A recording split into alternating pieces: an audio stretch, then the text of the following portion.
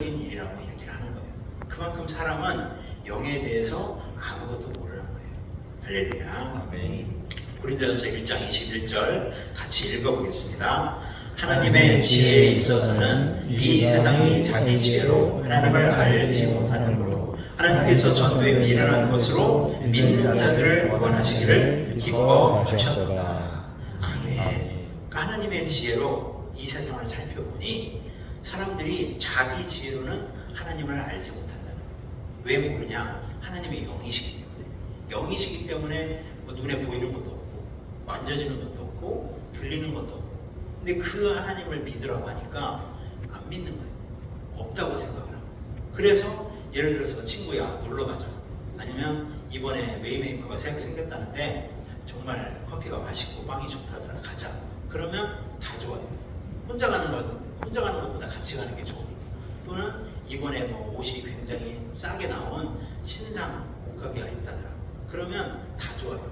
근데 친구야 교회 가자, 그럼 뭐라고 하냐면 야, 네 얼굴 좀 치워. 우리 집에 오지 마 이제는.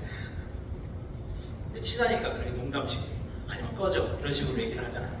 왜? 교회는 그만큼 미련하게 보이는 거예요. 전도하라고 하면 미련하게 보이고 거기서부터 갈등이 생기고 문제가 생기는 거예요. 왜? 영이신 하나님이 느껴지지가 않으니까. 그래서 힘든 거예요. 그래서 하나님은 영이신데 세상 지혜로는 이 영이신 하나님을 발견할 수가 없는 거죠. 그리고 이 지혜는 어디에서 나오냐? 지식에서 나오고, 지식은 과학에서 나오는데 과학은 물질을 가지고 실험하고 관찰하고 연구하는 학문이 과학이에요. 근데 영은 물질이 아니다 보니 이 과학의 방법으로 어떻게 할 수가 없는 거예요.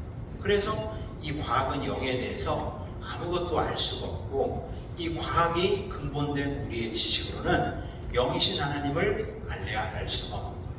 그래서 영에 대해서 무지한 거죠. 아무것도 모르는 거죠. 그래서 이 하나님을 생각할 때 추상 속의 하나님, 관념 속의 하나님으로 생각을 하는 거예요.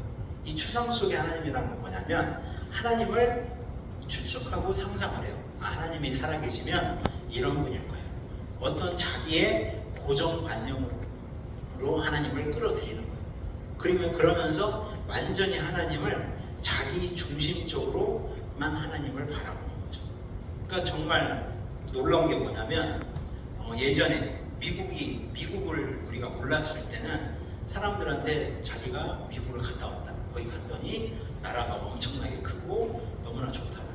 그리고 정말 거기 가니까 키 크고 눈이 파랗고 하얀 그런 사람들이 있다더라. 그러면 안 믿어요. 그럼 어디서 잘못된 걸 들어와가지고 이렇게 헛소리를 하냐고, 그런 식으로. 저도 어릴 때 초등학교 때 무슨 얘기를 했냐면, 그때 이제 우리나라가 좀 그렇게 중진국으로 발전할 상황에 무슨 얘기가 들었냐? 미국은 주 5일제라더라. 그래서 토요일 날 일을 안 하고 월요일부터 금요일까지만 일을 한다더라. 그때는 토요일도 일을 할 때였거든요. 토요일도 일을 하고 학교도 토요일 날 갈 때고. 미국은 엄청나게 큰 마트가 있어서 거기에서 식료품이나 모든 걸 마음껏 살 수 있다더라. 그런 얘기를 들은 게 한 3, 40년 전이에요. 근데 지금이 우리나라가 그렇게 됐잖아요. 지금이 그렇게 발전되니까 그때는 꿈 같은 얘기했는데 지금은 아예 대체율까지 생겨가지고 정말 편안한 특이한 나라가 됐는데, 어쨌든 사실 자기가 직접 경험하지 못하고 보지 못하면 목소리 큰 사람이 이기는 거예요. 자기 목소리가 크면 사람들이 거기에 쏠리는 거죠. 그러니까 하나님을 경험해 보지 못하고 그냥 자기 마음대로 하나님을 해석하고, 내가 좀 죄를 지었어도 정말 내가 열심히 살고 착한 사람이면, 나 같은 사람이면 하나님이 나를 구원해 줘야 되지 않냐. 완전히 자기 중심적으로만 하나님을 바라보는 거예요. 그래서 신이 계시면 이런 분이면 좋겠다는 어떤 일반 종교에 적용하다 신에 대한 추상을 하나님한테도 똑같이 적용을 시키는 거예요. 그래서 그 실례로 논산 관촉사에 보면 은진미륵이라고 우리나라에서 제일 큰 불상이 있어요. 그래서 저도 어릴 때 학교에서 전세버스로 대절해서 여기를 갔었거든요.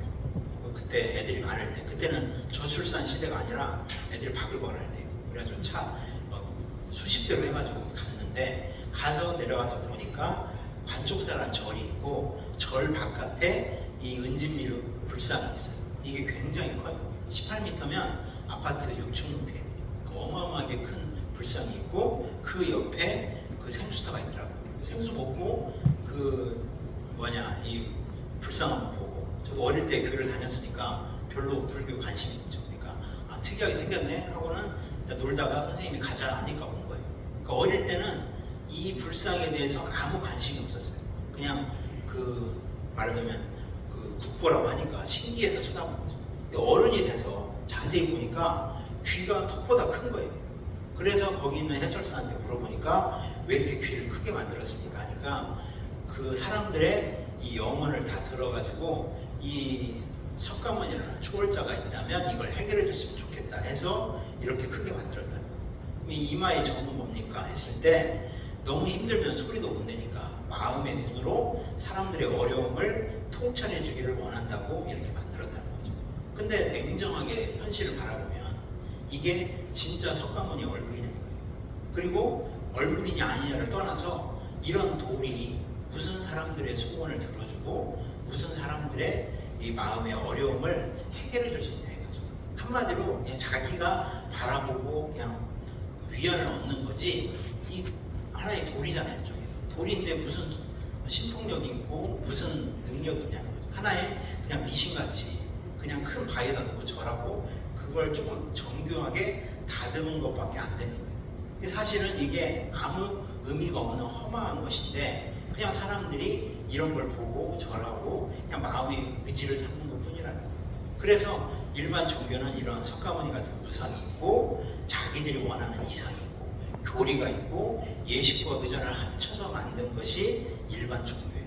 그러나 우리가 믿는 하나님은 영이시기 때문에 이런 특히 십계명에도 아무 형상을 만들지 말라.